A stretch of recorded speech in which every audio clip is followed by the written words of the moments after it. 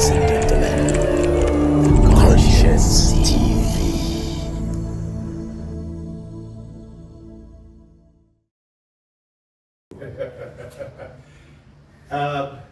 I turned 62 this year. I did not, I reckon I did not start early, my passion. I actually published my first anthology at 50.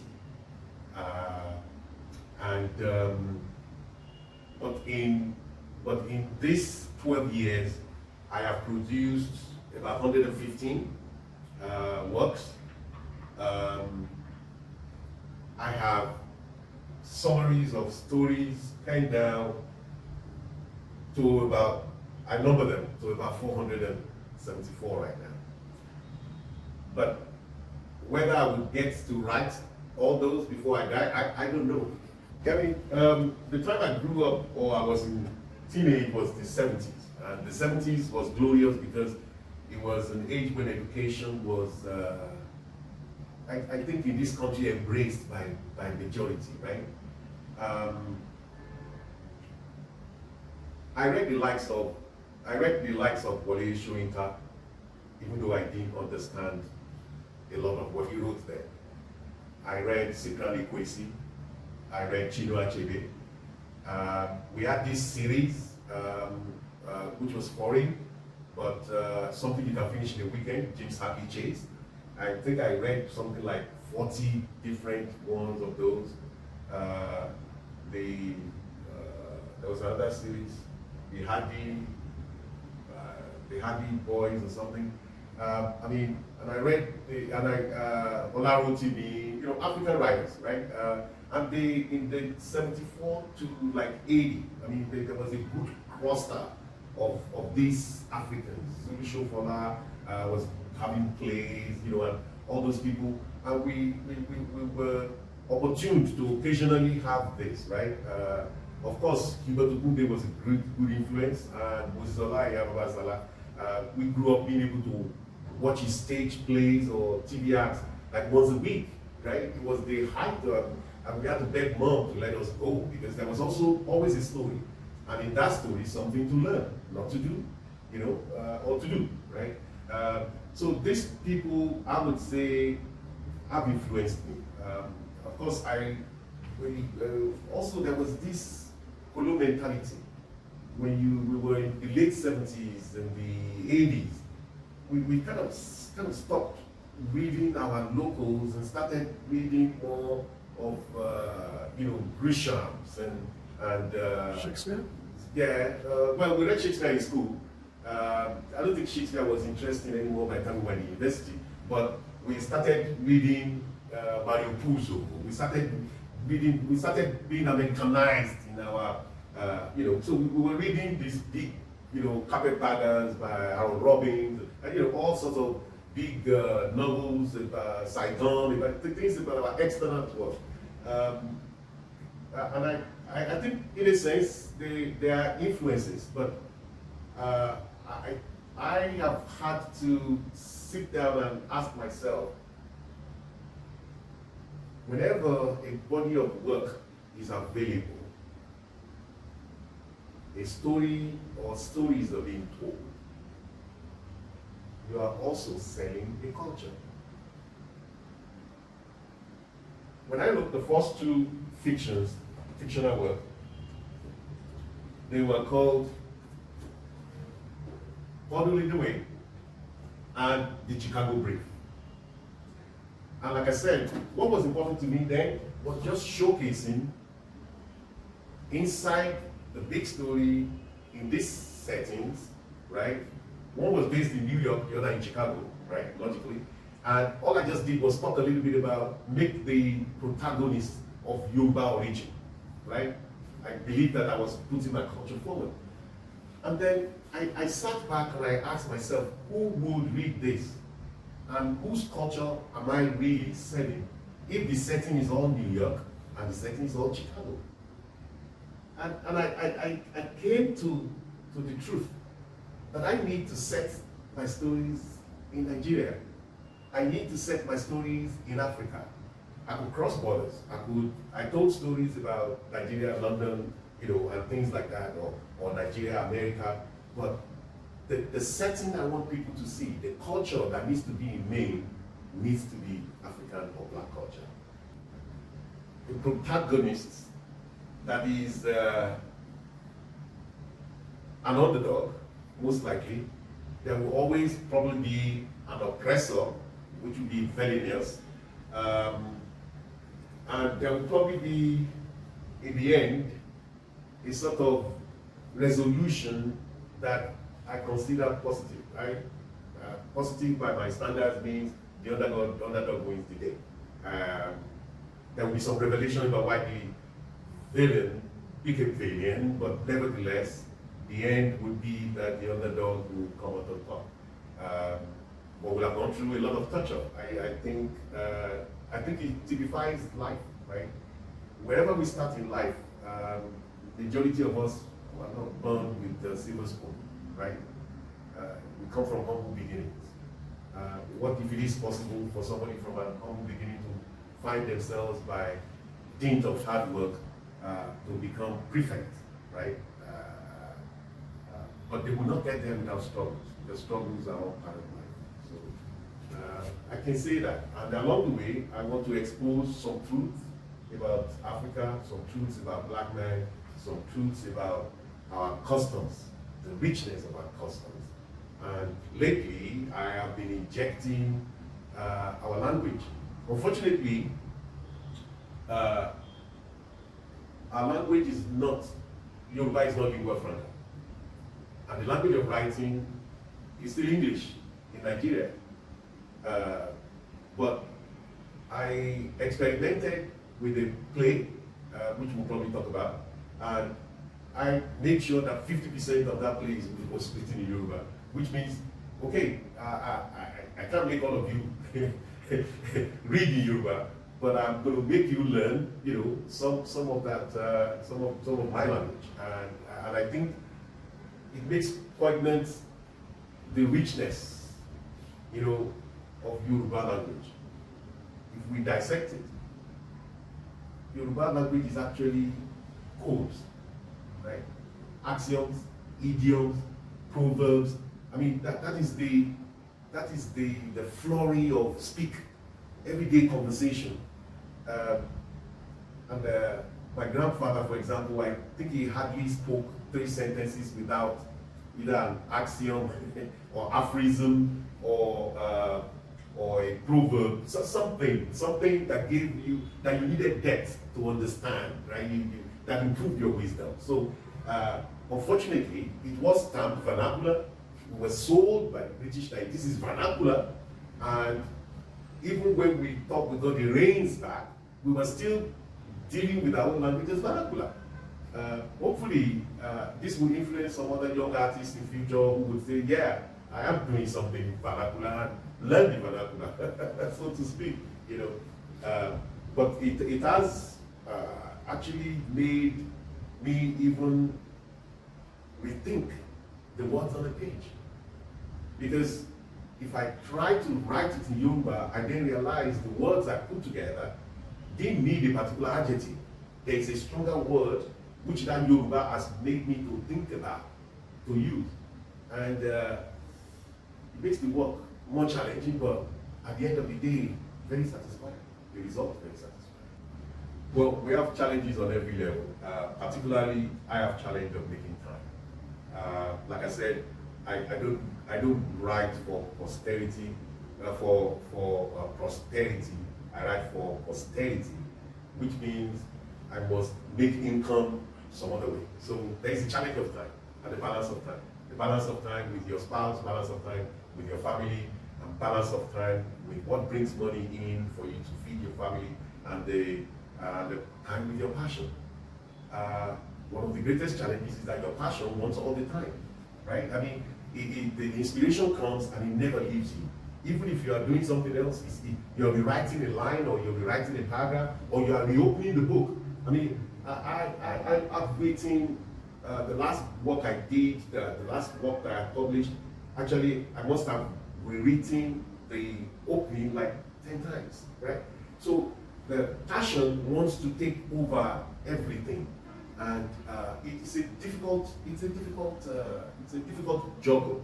That is there. I think others are about how does that travel. Let's say you even get to the end of making something. How does that cake get out there to be eaten or consumed by people? Publishing is not cheap. For anybody who has done it, the big world of literature does not embrace black writers. The statistics are there. It is not gainsaying. The statistics are there. 87% of work that is printed, published, and distributed around the world is European or American, and Caucasians, which means 13% is spread among Filipinos, Chinese, Africans. I mean, Africans actually get picked up about 3.4% of the time. So there's the biggest 5 publishers in the world. Out of 100 books they publish, you find only 3 by African writers, black writers particularly. They could even live in diaspora amongst them, but you probably don't get that type of. So another challenge then is you have to choose whether you want to self-publish or be waiting to be published, right? And if you're self-published, you carry all the costs. So that's a challenge there. And when you do that, you also have to think of your marketing. How do you get it out there to somebody? Do you finance, totally produce it, and get it to the stores? Most of the stores in Nigeria want to do sale or return, which means you, the creator, created everything, printed everything, delivered or shipped everything, and they put it on their shelves. Whether they do promos for it or not, you don't know. And then when they finish selling it, they want half of it. At least I had one local based in Abuja and Lagos, who I will not mention their name, tell me they would then take 50%. I mean, so then there's a challenge that our government has not kind of created an enabling environment. So enabling for writers includes writers having certain infrastructure, to even if it has a reduced rate or something like that, facilities that can help writers to take advantage of these things, or even programs where they are appointed as residents here, or grants that are created for them to develop their work, so to speak. Even recognition. There's only one literature prize that I know in this country that everybody is chasing, right? And you get to a point where you ask yourself, let it go. And that's the NLG1. I mean, our federal government could also create couple, I mean, in each genre, I mean, and let people aspire to it. Are they expecting us Nigerians or blacks from all African countries to just go to a white man's country and go and win their awards and bring it home? But we're not winning ones at home. They're not small ones, medium ones, and large ones. There's no hierarchy there. Even the Ministry of Education is not doing anything like that. I mean, but these things need to exist, whether it's states, local government, and all these things. If you go to all these other cultures, like I told you, I've lived in 2 cultures additional to Nigerian culture, and I can tell you, in UK, there are awards for under 8, awards for 15-year-olds. I mean, awards in poetry, awards in plays, awards even in chapbooks, those who are just about write 8 pages of something. There are awards of different groups and classes up to what they call the book prize, right? If you go to America, I mean, oh my God, there's a plethora of them. Even there will be some states that will say, the only people who can compete for this come from my state. If you are age 12 and under, if you are this and that, they're doing them every year. And what does that do? That allows writers to start, exercising their muscles, trying to win things. And when you're winning them, hopefully it propels you, it gives you more confidence, you think you want to do this. And those, it could be the prize monies or facilities that they provide. Some of them give you facility to use libraries. Some of them give you residency. Some of them introduce you to academia. And all those things are there. Some of them give you grants to pay for your tuition and all that. And if those things are created, many people who have passion would actually follow the passion, because now the issue of money is kind of like tempered, right? If you do quality work, you're likely to win something, right? And we have not done that here, and I think that's a major challenge. I got to the point where I thought the only recognition I'll probably earn maybe would be a lifetime award, maybe when I'm 90 or something, and I should just continue to do my architecture work until I retire fully. I'm semi-retired now, I do contracts, but until I'm fully retired, I should just do what my profession is that fits me. But you asked me earlier, how many ideas have I got that I've not yet written? I have written 115 out of 474. But if I were full-time on this, well, then that's what I'll do. That's what I'll do every single day, and I think I will probably get to maybe 500 before I die. But right now, money is a challenge. And I've not met any writer that is of black origin that has not said money is a challenge, because we have not orchestrated a pathway to be focused on the passion and deliver on the passion. We have put our creatives in a place where they're torn apart. The last one was an experience that I had, which is raising funds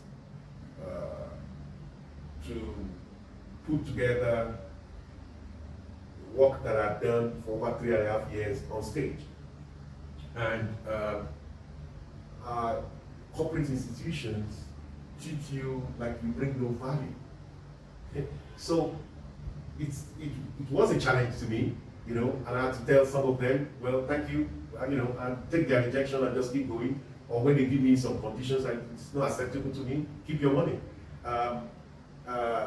You can say I'm blessed to be able to do that. Why? I have a junior brother, Onadele, who told me, you are here, you will get it done, right? And he supported me all the way. So even though I'm speaking to someone, the moment they tell me, is it not just a book? I just say, okay, thank you, bye, But it's a challenge that we don't value art. We do not value what it takes to be creative. I wrote the last book over 3.5 years. 3.5 years. So when that is now being turned into a stage play, and people do not see one banker asked me, what do we get from this? I said, what do you think art brings? Education, entertainment, enlightenment, art brings all those. And if your bank name is associated with that, shouldn't you feel that that is important? He just laughed. I said, maybe we'll give you 2 million. And I converted that in my head to US dollars, and I just walked out of his office. 3.5 years work. And your business is going to be promoted, and this is bringing all this, and you don't see it. So it is a challenge. It's an additional challenge. How do we as creatives bring the cake we baked? We baked it, right? We designed it, we baked it. How do we get it to the people who are going to eat it? We need infrastructure. We need grants that are available there we can apply for. We need facilities that government backs. We should be able to take loan without all the drama that surrounds it, right? Because we're already drama, right?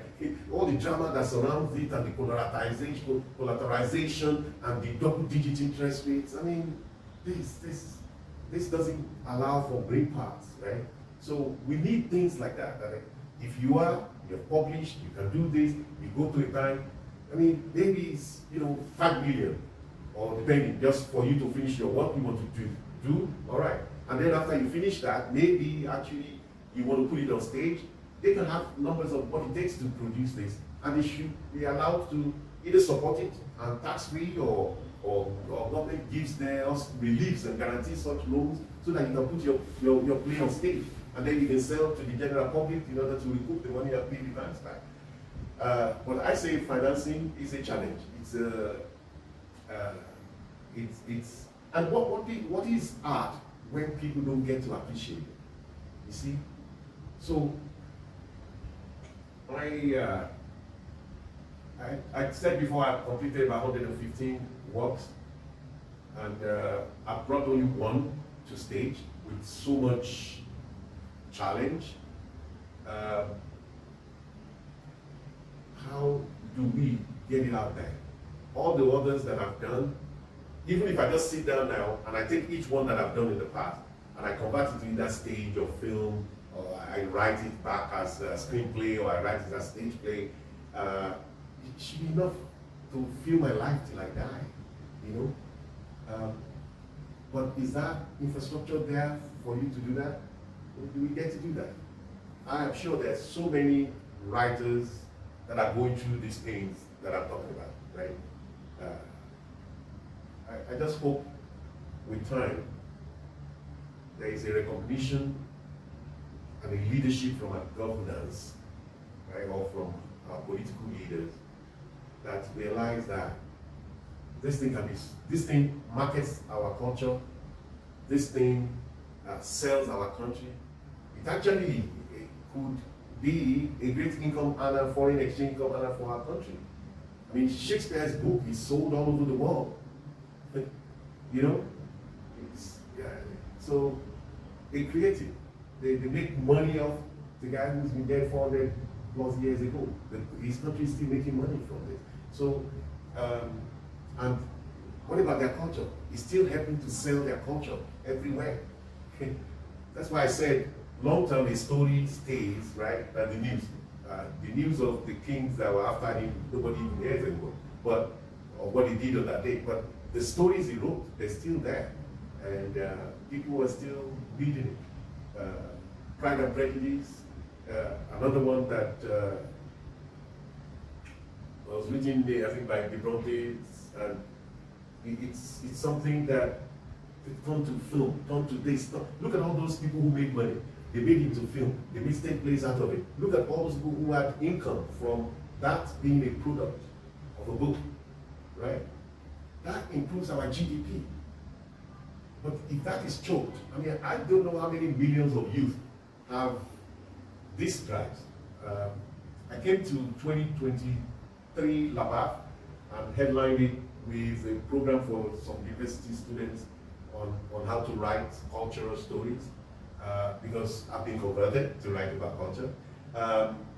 And I could feel the energy in the room of about 40 of them, you know, that they really want to follow through, you know, by their questioning, you know, this profession of writing. And I must say, I wept for them leaving that place. Because I doubt whether more than one of them will be able to stick with it when the vagaries of life, you know, all the challenges we have been mentioning, kind of choke them up. You know? Been to many things, you know, like I mentioned before, I live both in Lagos and Texas. Seen so many things, and everybody kind of gravitates towards maybe one or two individuals who are successful, our children, our creatives, who have won medals abroad.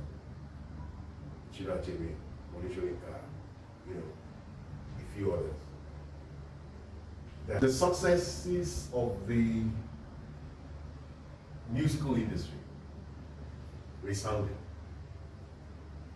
The successes of Nollywood, almost comparing to what it should be, almost there too. Right? And I'll say why. The music industry has found the youth, particularly in the music industry, let me qualify. They have found a way to take their beats across borders. But before they got there, the soul had been changed. The soul had been changed to become cultural. Right? They are not even trying to speak correct English. They are mixing it with Yoruba, They put in the words inside. They're, they do anything. It's not like it used to be. The soul belongs to them. In the 70s, we imported R&B from America and UK, right? And BGs from Europe, right? We imported these they sold us magazines, albums. They sold us it was albums, vinyls in those days. They sold us cassettes, cartridges, and everything. We got their soul. So when we got their soul, we paid. But look now, the youth, they have turned it upside down. They say, this is our soul. This is what makes me thrive.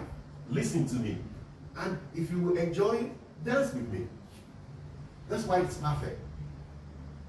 If you go to Europe today and you put a shake on the street and you start dancing, you're going to find 10 Caucasians joining you in the dance because they can hear the African rhythm. And Fela Kuti was trying to get us there, but he was way ahead of his time, right? Fela Kuti was trying to say, buy Africa, do everything in Africa.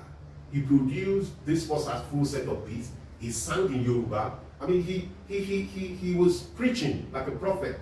We just never listened to him because we were suffering colonial mentality on one side. But right, the timing is right. The soul is totally swapped.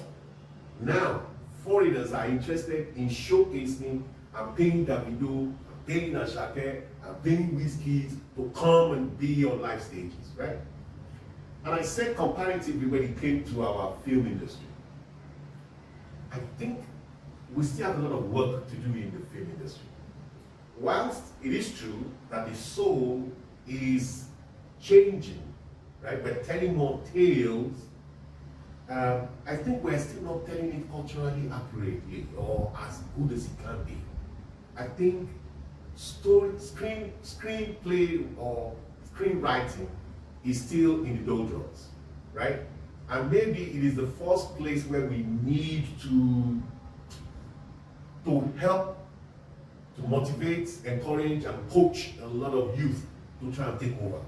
Because if they can take that over, and their focus is on African, rather than, they want to do Barbie show, but we don't do Barbie show in Africa, right?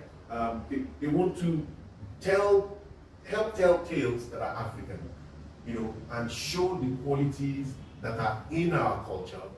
I think very quickly, very rapidly, we will take that over.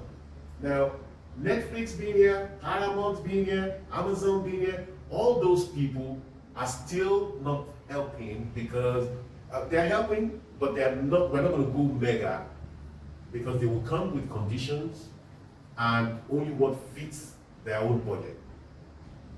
When they are paying African filmmakers 1.5 million, they are paying to Hollywood makers 75 million. So this is a different type of slavery if we want to accept it. But we need to break out of the mold of Hulu, Netflix. We need to start having our own online platforms. It is when we do that that we have become like our music industry. We need to break the yoke. So we need a lot of writers, a lot of screenwriters. We need a lot of prop artists. We need a lot of people who are stage designers. We don't need one director who is able to do all of it. We need a lot of people who can create musical scores. This play, one of the main things that made it for every person that told me I super enjoyed it was the music, right? It was the parts of it that turned, it created a contrast between dialogue and the softness of the music, the ambience, right? It made it what was desirable. We need to at least have like 10,000 trained screenwriters who are helping to drive the idea machinery in Hollywood, and we need investors who are going to say, you know what, we can put on, we can create, online, we can create online platforms too, streaming platforms. We don't need to fit the mold of Netflix. We don't need to sign contract with Paramount. they should be begging us with millions in their pocket, because there is no stories in their culture. Their cultures are not rich. Our cultures are rich. Our cultures are the stories.